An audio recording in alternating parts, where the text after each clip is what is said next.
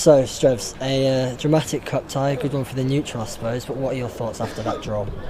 Yeah, good one for the neutral. Not good for me. The second half was obviously, got us back to draw the game, but first half was a million miles away from where I want it to be or expect us to be, and that's not the players on the pitch. That's me as a manager as well. I picked the 11 players, so it's not saying anything against them. As a collective, the first 45 minutes was nowhere near good enough. With the ball, without the ball, doing our jobs on restarts and stuff like that. Really frustrating first half. Actually, more than frustrating, it was really disappointing, and it was really hard for me to watch. And I guess it was probably hard for people inside the stadium to watch, and the ones not here going, what the hell's going on? You're 3-0 down within 20 minutes, I think it was, wasn't it? So the fact that they fought and they come back in the second half shows what they've got inside of them, but it shouldn't be coming to that, I don't think. Yeah, before we focus on the positives of the second half, like you mentioned, that first half, particularly the first 20 minutes, is there anything you can put that down to? It wasn't great. Opposition being clinical with their chances, because I don't think, apart from the goals that they scored, but they was very clinical with every chance that come their way they took. So credit to the opposition, they started right on the front foot and they've been on a good run and doing really well. So maybe, that's what I say, looking at myself, where I made 4 changes last weekend and made 5 changes today. I think that's an excuse. I think that's an excuse for me and for the boys, because it's not like I played any real young boys. I've not played any of the sort of the EDS boys or the young pros that we've got within our group. I just said to the boys that the team that I put out there, I thought they were good enough to win any National League game. I really felt that way, otherwise I wouldn't have done it, because I respect the competition, I respect Folkestone. I would never do anything like that.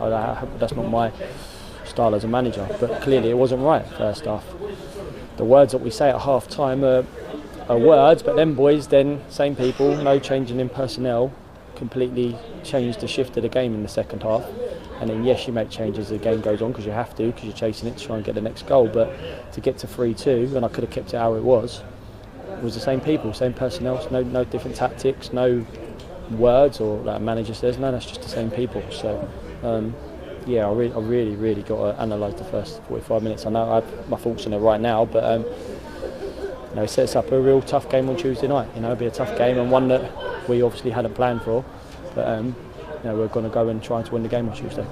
Yeah, what was, if anything, what was said at half time, or was there anything from the players themselves that you saw that made you a bit more confident they would change things in the second half? I always give them a couple of minutes to go in at the start of the second half and they say their own words and speak amongst themselves, but I didn't want any talking at half time from them, because actions always speak a lot louder than words, in my opinion. What actually I said at half time, look, it's between me and the players, I can't give too much away on that, but clearly I wasn't happy, and I think any fan or Kenny or any of the guys at the football club, if they would have gone in at half time, they wouldn't have been patting people on the back, they've been saying we need to do better than that.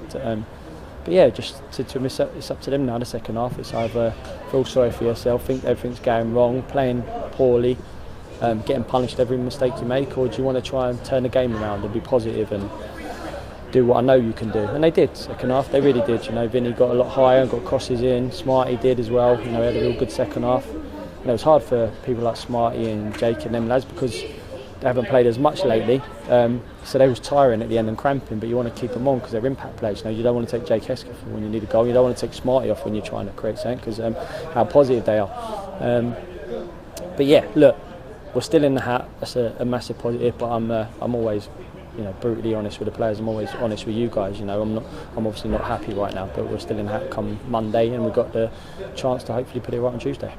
Yeah, and as you said, the second half was a lot closer to what we know we can play like. Was that confident? Was that good for you to see, or was it just a bit more still frustration and just got to find the goals? Look, it's pleasing to see, of course it is, because I know they're capable of it. I know they're capable of it in every game that they play, on every moment they play. So, yeah, it's just the fact that they was able to do it, and the circumstances that it was, and everyone was really on the front foot second half, really positive with everything they're doing, and not everything that went in. There was a few chances that didn't go, and there's a few decisions where maybe we could have got a penny and stuff like that, but we didn't. But no one dropped their heads, they kept fighting. But it's exactly what I expected of them. It's not a pat on the back for the second half. That's exactly what I expect from them.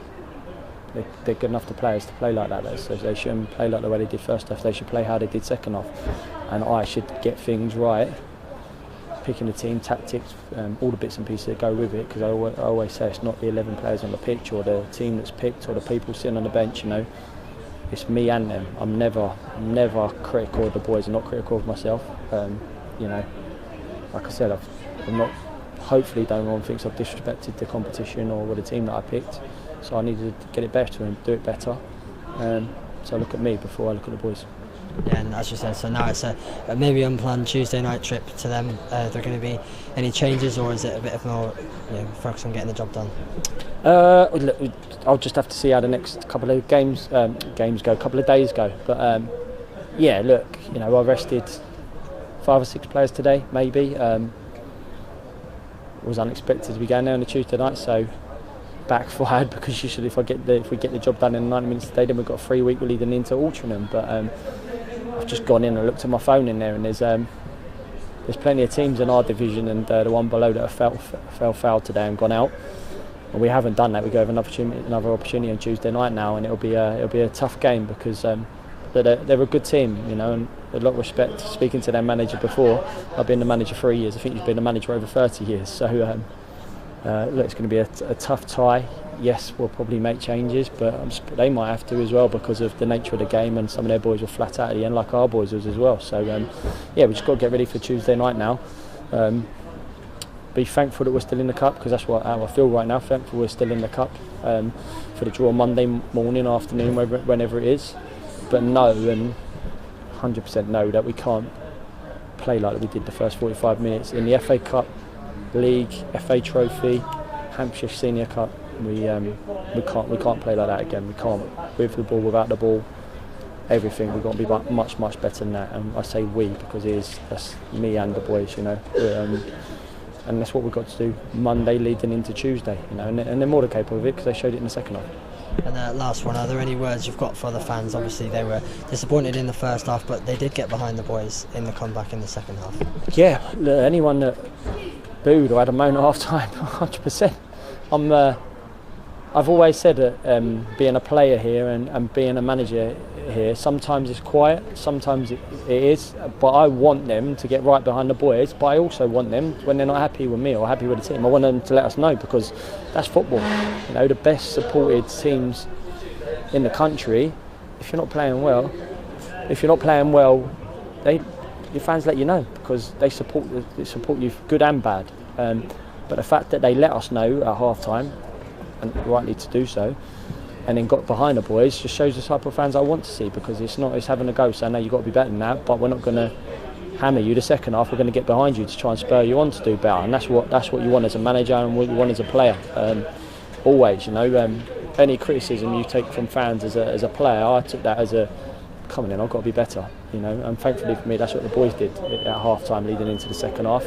And the fact they got behind the boys second half, and our scenes when we equalised in the 93rd minute, everyone else celebrated. Being honest, I didn't celebrate, because I wasn't happy, but everyone else celebrated, because that's the supporters' job, that's the players' job, because they're buzzing to still be in it.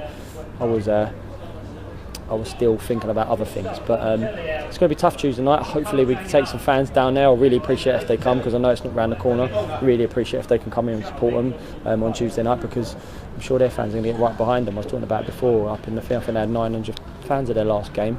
Beat Gloucester, who was in the National North in the last round, and their fans played a big part in that. So look, we're ready for Tuesday night.